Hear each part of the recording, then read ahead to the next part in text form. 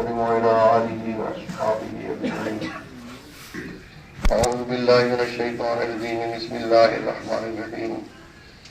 يا أيها الذين آمنوا كتب عليكم الصيام كما كتب على الذين من قبلكم لعلكم تتقون.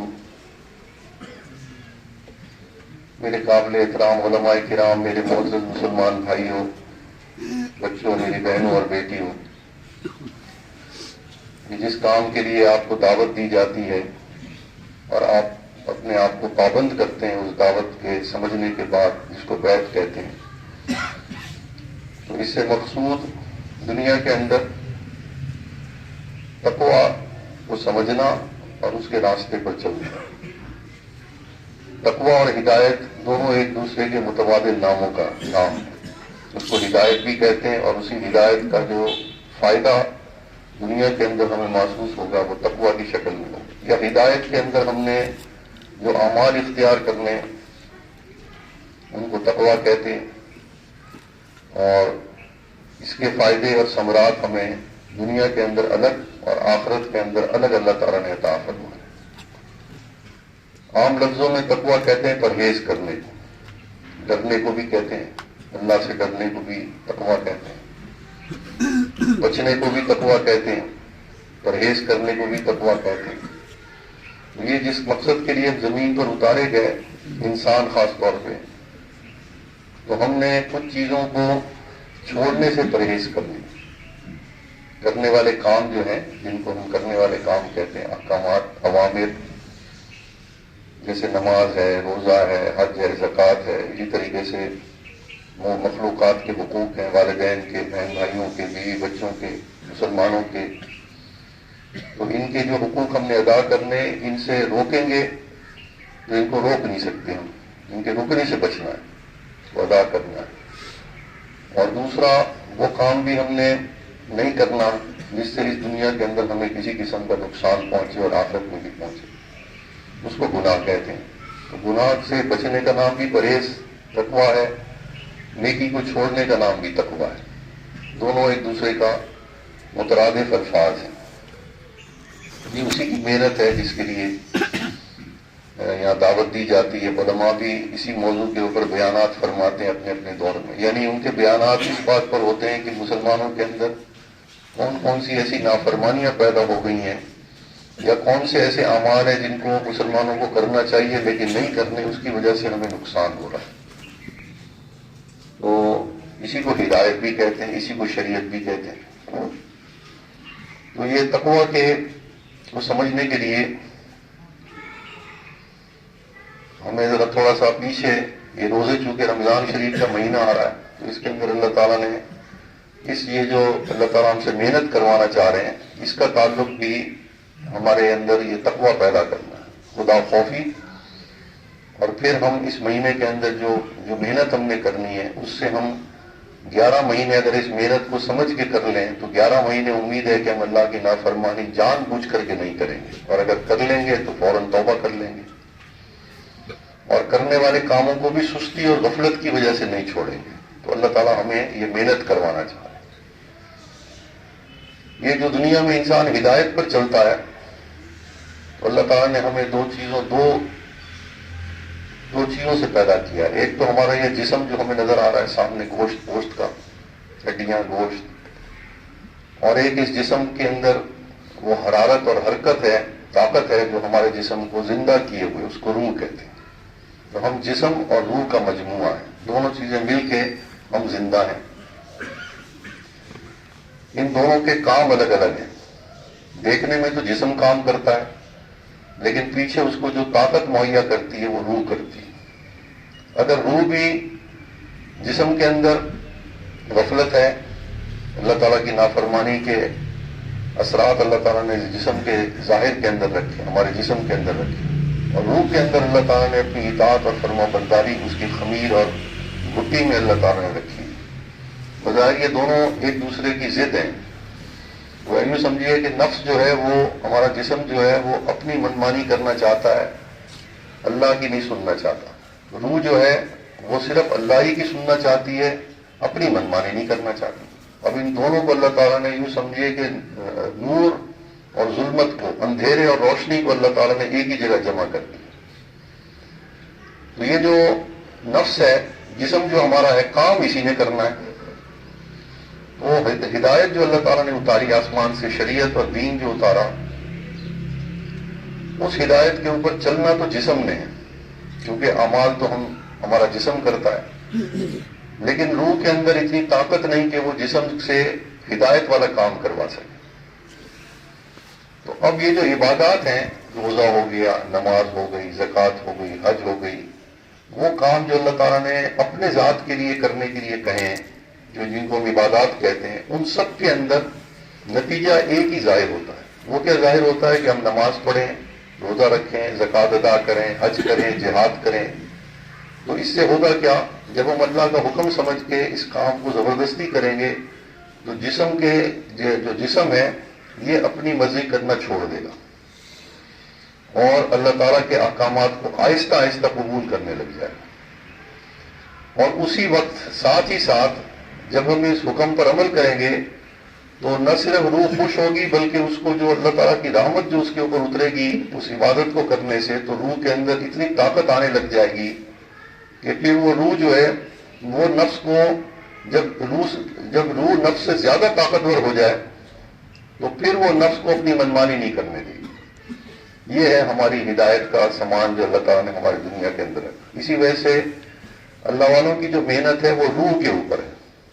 روح کو کسی طریقے سے اتنا طاقتور بنا دیا جائے، حالانکہ دیکھنے میں تو ٹھوس چیز جو ہے وہ تو جسم ہے، اور یہ دیکھنے میں طاقتور بھی زیادہ ہے، روح تو نظر ہی نہیں آتی، لیکن روح میں طاقت اللہ نے اتنی رکھی ہے کہ اگر کسی طریقے سے روح کو ہم طاقت مہیا کریں تو وہ طاقت اس کے اندر اتنی آ سکتی ہے کہ وہ ہمارے اس جسم کو جو دیکھنے میں زیادہ طاقت رکھتا ہے اس کو اپنی منمانی نہ کرنے دے، اور روح وہی کام کرے جو اللہ تعالیٰ چاہتے ہیں۔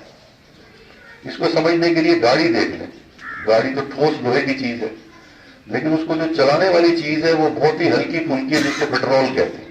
پیٹرول وزن میں بھی، طاقت میں بھی، ہر اعتبار سے گاڑی سے کمزور ترین چیز ہے، لیکن وہ اس کے اندر طاقت اتنی ہے کہ جب وہ اپنا کام کرے اس گاڑی کے نظام کے اندر تو وہ لوہے کو بھی گھسیٹ کے لے جاتا ہے۔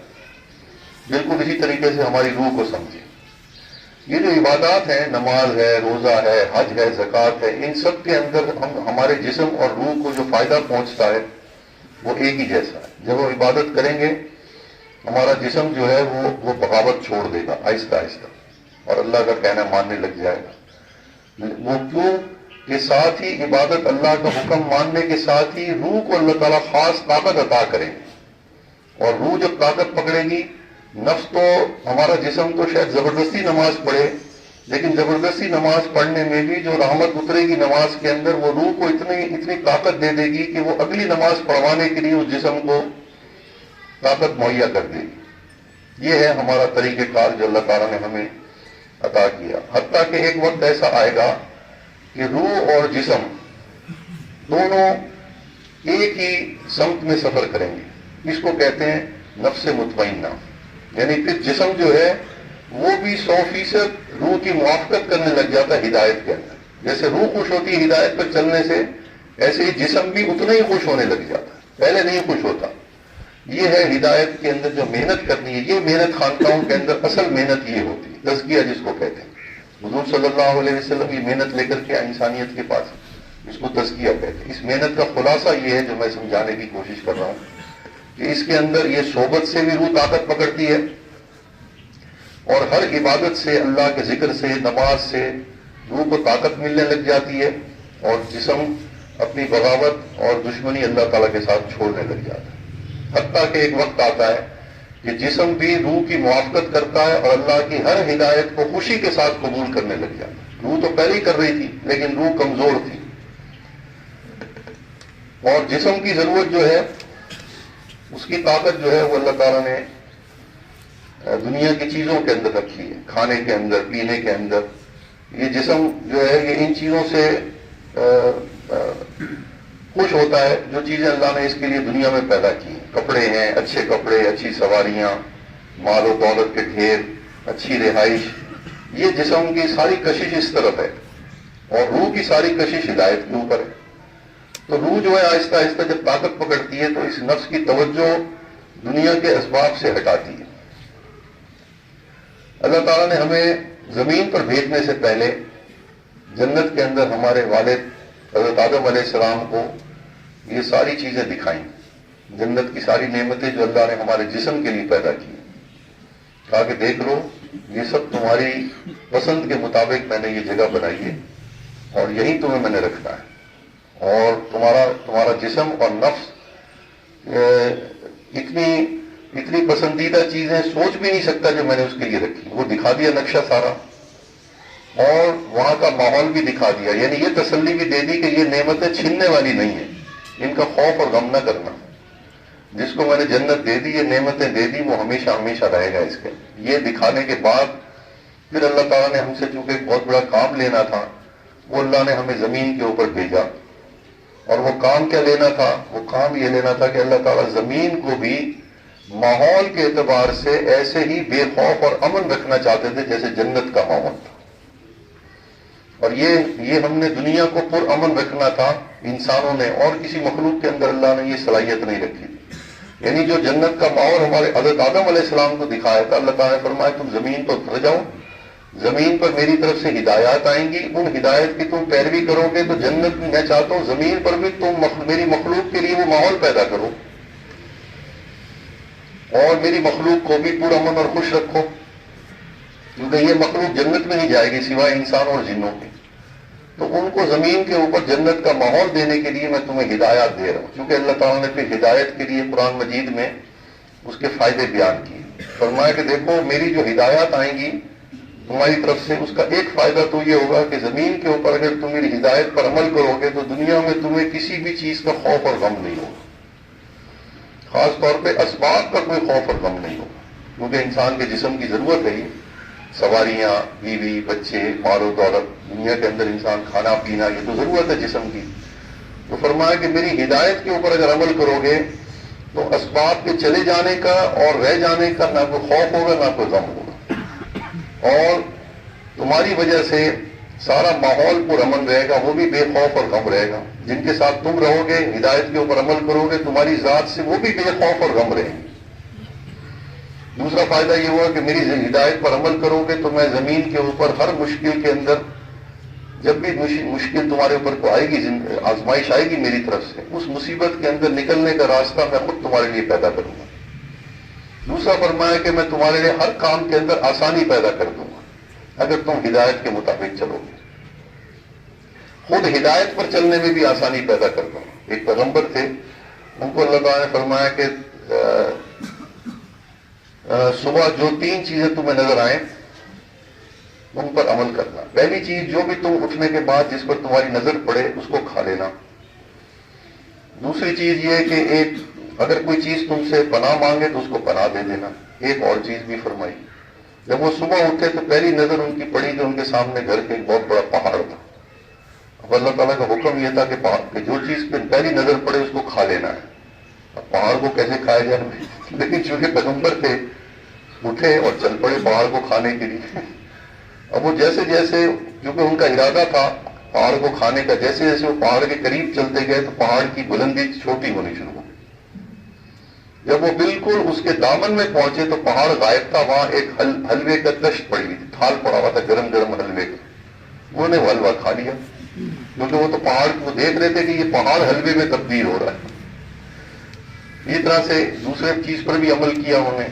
تو انہوں نے اللہ تعالیٰ سے پوچھا کہ یہ جو ماجرا تھا پہاڑ کو کھانے کا، آپ نے فرمایا تھا پہلی چیز کو کھا لینا اور وہ پہاڑ تھی، پھر یہ پہاڑ حلوہ بن گیا، یہ کیا ماجرا تھا؟ فرمایا کہ یہ تو ہمیں سبق سکھانا چاہتا تھا کہ میری ہدایت جو ہے وہ شروع میں نفس کے اوپر ایسی ہی مشکل ہوتی ہے جیسے یہ پہاڑ، لیکن جب کوئی میری ہدایت کے اوپر میرے حکم کی وجہ سے چل پڑتا ہے کہ میرے اللہ نے مجھے حکم دیا کہ اس پر چلو، تو میں اس کے لیے ہدایت کا ہر مسئلہ ایسے ہی مزیدار اور آسان کر دیتا ہوں جیسے یہ حلوہ. نماز پہلے پڑھنے میں مشکل لیکن بعد میں چھوڑنے کو نہیں جی چاہتا. روزہ رکھنا پہلے مشکل، بعد میں چھوڑنے کو جی نہیں چاہتا. گاڑی کٹانا پہلے آسان، رکھ لیں تو پھر کٹانے کے لیے لڑائی جھگڑے شروع ہو جاتے ہیں، کوئی ہاتھ لگائے اس کو. تو ہر ہدایت کا جو حکم ہے وہ پہلے مشکل کہ یہ میں کیسے کروں گا، لیکن اللہ نے فرمایا اس کے اندر یہ میں نے خوبصورتی رکھی ہے، کیونکہ اللہ نے فرمایا کہ یہ بے خوف اور غم کر دے گی تمہیں دنیا کے اندر، اگر اس پر تم چل پڑو گے تو تمہارے کاموں میں آسانیاں ہونے لگ جائیں گی، اور مصیبت آئے گی تمہارے اوپر، لیکن اس مصیبت سے نکلنے کا راستہ میں خود تمہارے لیے پیدا کروں۔ تو یہ 3 وعدے اللہ تعالیٰ نے ہدایت کے اوپر ہمیں دیے۔ اب یہ جو روزہ ہے اس کو سمجھیں، اس کے اندر اللہ تعالیٰ نے ہمیں وہ جو جنت سے اتارا تھا، تو جنت سے اتارتے وقت کہا تھا کہ دیکھو زمین کے اوپر بھی انہی جنت کی چیزوں کا نمونہ میں نے تمہارے لیے رکھا ہے، بیویاں ہیں، شوہر ہیں، محلات ہیں رہنے کے، نہریں ہیں، سب کچھ ہے، یہ اسی کا نمونہ میں نے دنیا کے اندر بھی رکھا ہے۔ لیکن ان چیزوں کو وہاں پہ ان کے پیچھے نہ پڑ جانا، انہی کو حاصل کرنے کے لیے ضرورت کے درجے میں حاصل کرنا ہے، کیونکہ یہ تمہیں وہاں بھی ان کی ضرورت پڑے گی، انہی چیزوں کی، تمہارے جسم کی ضرورت یہی ہے، یہ پڑیں گی ضرورت، لیکن ان کے پیچھے پڑ کے اتنا وقت ضائع نہ کرنا کہ ہدایت میں سے کسی ہدایت کو چھوڑ، میرے حکم کو نہ چھوڑنا دنیا کے پیچھے، یہ مسئلہ سمجھایا، کیونکہ دنیا کے اندر ہدایت پر چلنے کا فائدہ زیادہ ہے اور ہدایت کو چھوڑنے کا نقصان دنیا سے بھی زیادہ ہے، یہ بات سمجھائی۔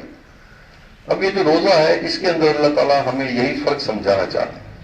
اللہ تعالیٰ نے صبح سے لے کے شام تک بھوکا پیاسا رکھنا ہے اور بیوی اور خاوند کو ایک دوسرے سے دور رکھنا ہے۔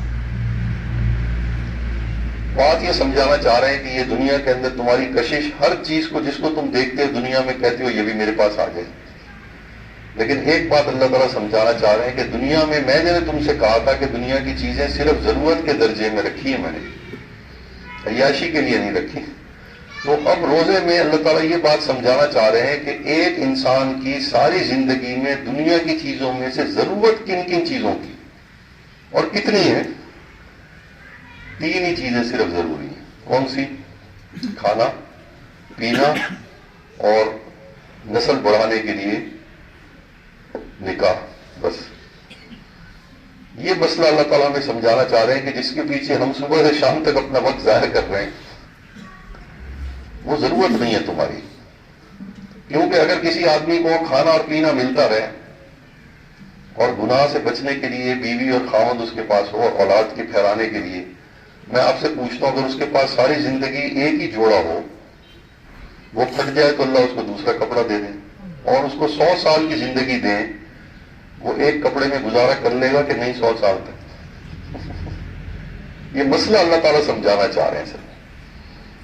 اگر کسی کے پاس کوئی چھت نہ ہو، کوئی سواری نہ ہو، لیکن اس کے جسم کو کھانا اور پینا ملتا رہے اور گناہ سے بچنے کے لیے اللہ تعالیٰ اس کو بیوی بھی دے دے، بیوی کو شوہر بھی دے دیں، تو اللہ تعالیٰ یہ سمجھانا چاہ رہے ہیں میں نے تو تمہیں پہلے ہی کہہ دیا تھا کہ یہ ساری چیزیں عیاشی کے لیے نہیں رکھی، ضرورت کے لیے رکھی ہیں۔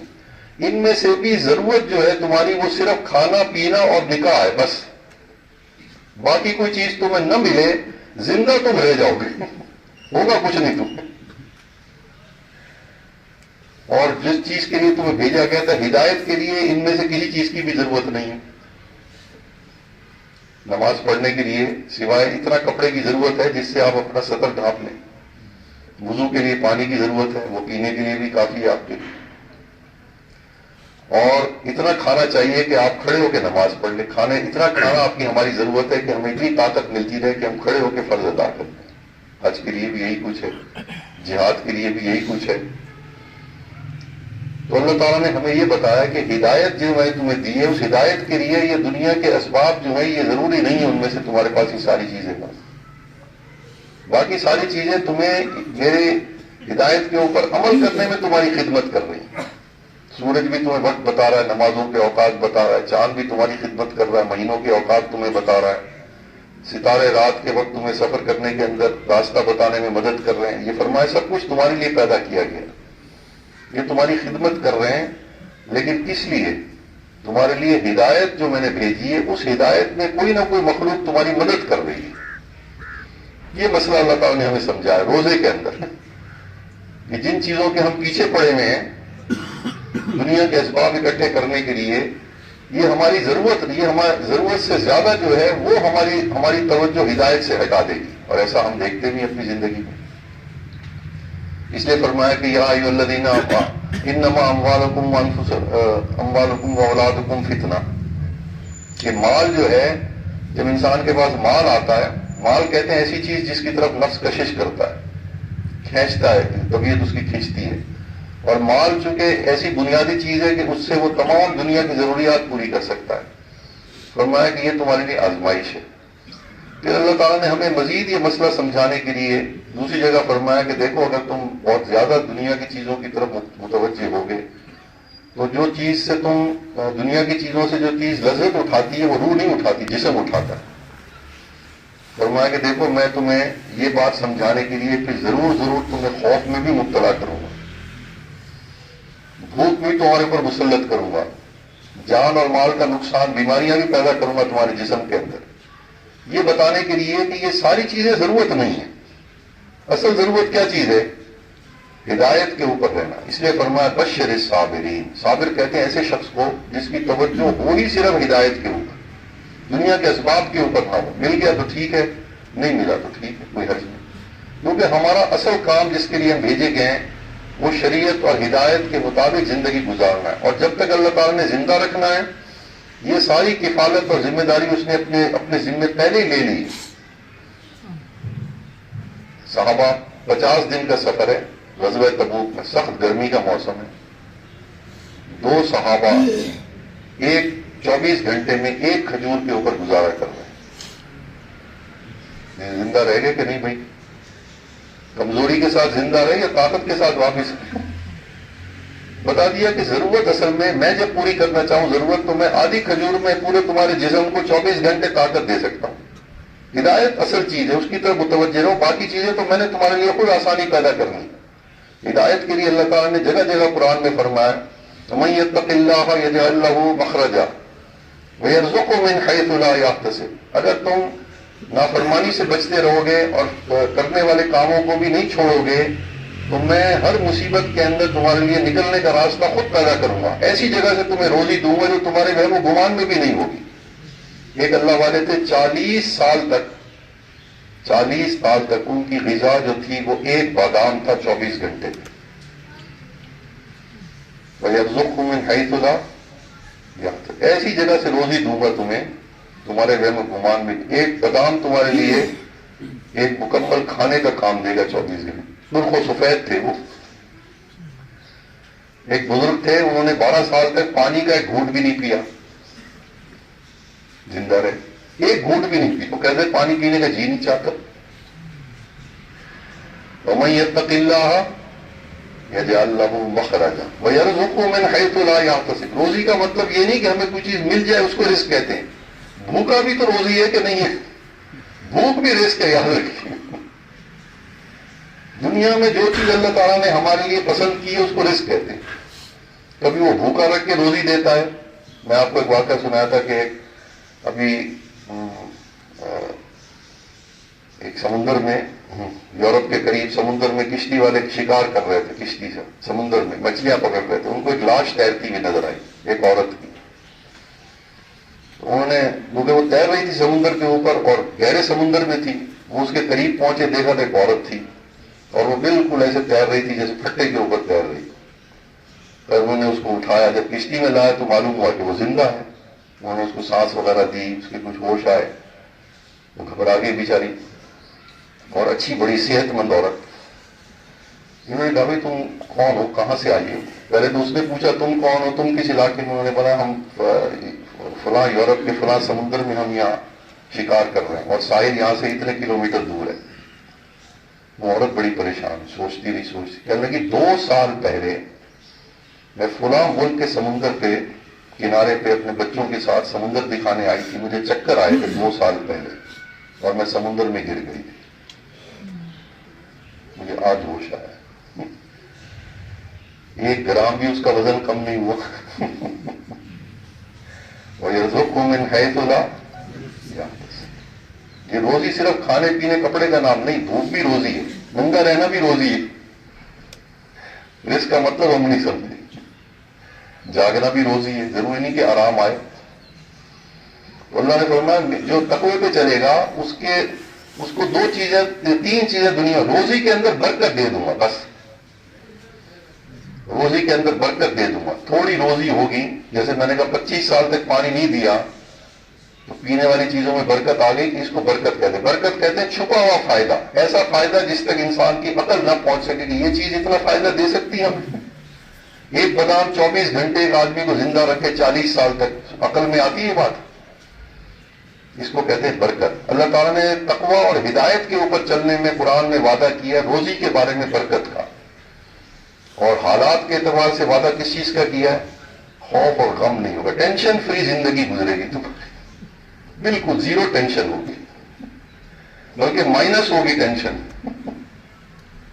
دوسروں کو بھی ٹینشن سے نکالو گے تم. 2 وعدے کیے اللہ تعالیٰ، اسی کے لیے دعوت دی جاتی ہے.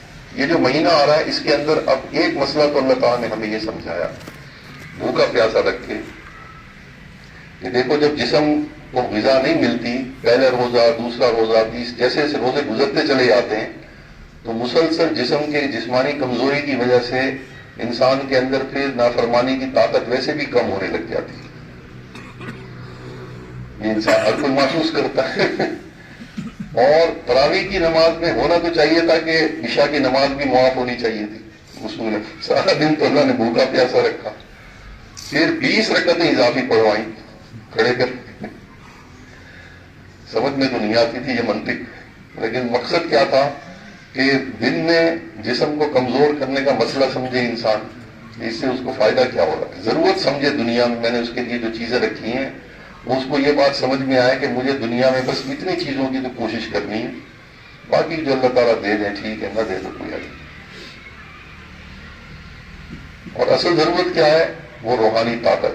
پھر رات کو اللہ تعالیٰ نے نماز کے اندر پھر اپنے قرآن کی تلاوت کا پابند کیا کہ اس سے روحانی طاقت اتنی، 1 مہینہ اگر انسان اللہ کا کلام پورا سن لے اور نماز کی حالت کے اندر سن لے تو اس سے اتنی روحانی طاقت اس کو میسر آ سکتی ہے کہ وہ 11 مہینے تک نفس کو نافرمانی کرنے سے روکتا ہے. مگر ہم وہ دونوں ضائع کر دیتے ہیں.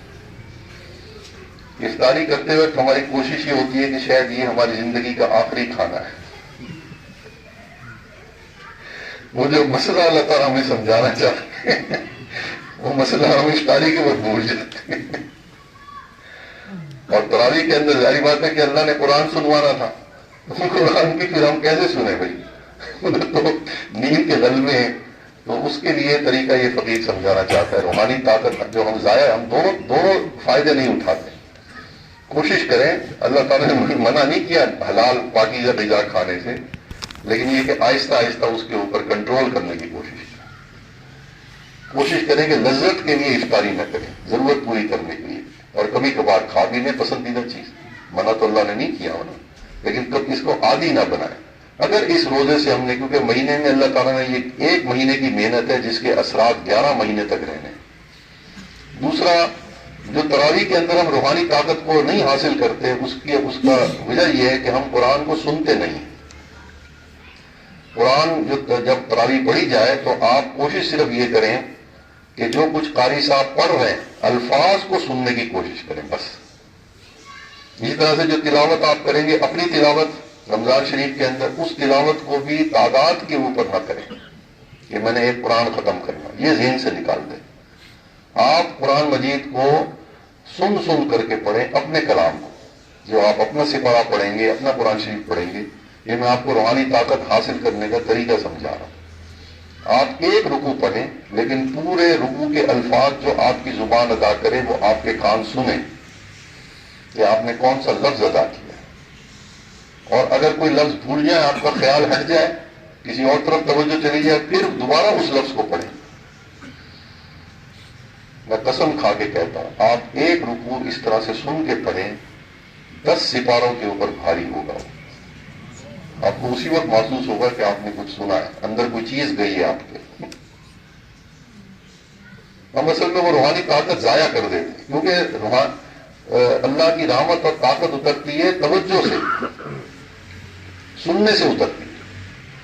اب یہ اس کے اندر ترجمہ ضروری نہیں، اللہ کا کلام خود نور ہے، الفاظ ہی نور ہے. آپ کو کچھ سمجھنا ہے، اس سے کیا کرنا ہے آپ؟ مقصد تو الفاظ سننے. الفاظ پہ جب توجہ کریں گے تو الفاظ کے ساتھ جو کلام کا نور ہے وہ خود بخود آپ کی توجہ کرنے کی وجہ سے, یعنی سننے, توجہ کا مطلب ہے سننا ہے آپ نے اور کچھ نہیں کرنا. قاری صاحب جو کچھ بھی پڑھ رہے ہیں آپ ساری کی ساری اپنا دھیان ان کے الفاظ کی طرف رکھیں بس, اور اپنی جو تلاوت کریں اس میں اس رمضان شریف کے اندر آپ یہ بھول جائیں کہ میں نے 2 قرآن ختم کرنے کے 3 ختم کرنے. اس رمضان شریف میں آپ محنت یہ کریں کہ ایک ہی بے شک قرآن ختم کریں, لیکن آپ جو بھی منزل پڑھیں روز کی اس کو سن کے پڑھیں. جہاں آپ دیکھیں کہ آپ کو تھکاوٹ ہو رہی ہے, اب آپ کا دھیان کہیں اور جا رہا ہے, آپ اپنے الفاظ نہیں سن سک رہے, آپ کلام کو بند کر دیں, پھر تھوڑی دیر میں تازہ دم ہو کر کے پھر پڑھیں. اس سے اصل میں وہ روحانی طاقت آپ کو میسر ہوگی جس کے لیے یہ 20 رکعتیں اللہ تعالیٰ نے رمضان شریف میں پڑھوائیں اور اپنا کلام سنوائے. تو یہ محنت جو ہے اس سے جب اللہ کی رحمت اترے گی, دن میں اللہ نے ایک تو بھوکا پیاسا رکھ کے ہمارے جسم کو کمزور کرنا چاہتے ہیں تاکہ وہ بغاوت اور اس کی بغاوت میں کمی آئے آہستہ آہستہ. کیونکہ غذا جو ہے, یاد رکھیے, نفس جو ہے اس کو آپ الٹا لٹکا دیں, اس کو جتنے مرضی ماریں وہ ضد نہیں چھوڑتا اگر وہ کسی چیز پر اڑ جائے. ایسا ہے یہ نفس. اس نفس کا علاج اللہ تعالیٰ نے ایک ہی چیز کے اندر رکھا ہے, اور کوئی چیز اس نفس کو اللہ کا فرمانبردار نہیں بنا سکتی, اور وہ ہے بھوک. آپ اس نفس کو بھوکا رکھیں, ہاتھ باندھ کے کھڑا ہو جائے گا, ساری رات جگوا لو, روٹی دے دو مجھے. آپ جتنے حالات پڑے کافروں کے, بڑی بڑی سختیاں جھیلی انہوں نے, مانے نہیں. یہ نفس جب کسی پر اڑ جائے, کسی ضد کے اوپر آ جائے, مر تو جاتا ہی ہے. سلطنت لٹوائی کہ نہیں لوگوں نے, بادشاہوں نے, اسی کی خاطر اپنے نفس کی عزت کے لیے کہ میرا بھرم رہ جائے اپنے آپ کو مروا دیا کہ نہیں مروا دیا, لیکن ہارے نہیں. یہ نفس ایسی چیز ہے کہ یہ جب اس کے اندر طاقت ہوتی ہے تو یہ جان دے دیتا ہے لیکن اپنی ضد نہیں چھوڑتا, چاہے وہ عہدے کی ضد ہو, چاہے وہ کسی چیز کے لینے کی ضد ہو, حب مال, حب جاہ, اس کو تو نہیں قربان کرتا, اپنی جان دے دیتا ہے اس کے پیچھے. لیکن ایک ہی چیز ہے جو اس نفس کو مجبور کر دیتی ہے کہنا ماننے کے اوپر, وہ ہے بھوک. اور مومن اس کو سمجھتا ہے. تو اللہ تعالیٰ نے یہ مسئلہ ہمیں سمجھایا کہ اگر افطاری اور سحری کے وقت ہم کوشش کریں اس رمضان میں کہ بے شک سحری بھی کریں, افطاری بھی کریں, لیکن کوشش کریں کہ اس کی مقدار کم از کم روز کے حساب سے کچھ نہ کچھ کم کرنی شروع کر دیں. تو آپ دیکھیں گے کہ خود فطری طور پر آپ کے اندر, اور کوشش کریں کہ اگر طاقت آپ نے مہیا حاصل کرنی بھی ہے تو روٹی سے طاقت حاصل کر لیں, روٹی کے ساتھ لوازمات کو کم سے کم استعمال کریں. کیونکہ نفس جو ہے دنیا کے اندر ہماری جنگ جو ہے, میرے حضرت فرمایا کرتے ہیں, ہماری ایک دوسرے سے جو لڑائی ہے وہ روٹی کے پیچھے یا سالن کے پیچھے. سالن کا جھگڑا ہے معاشرے کا. مہنگائی کس وجہ سے بھائی؟ سالن کی وجہ سے, روٹی کی وجہ سے. اگر ہم سالن ختم کر دیں کوئی مہنگائی نہیں.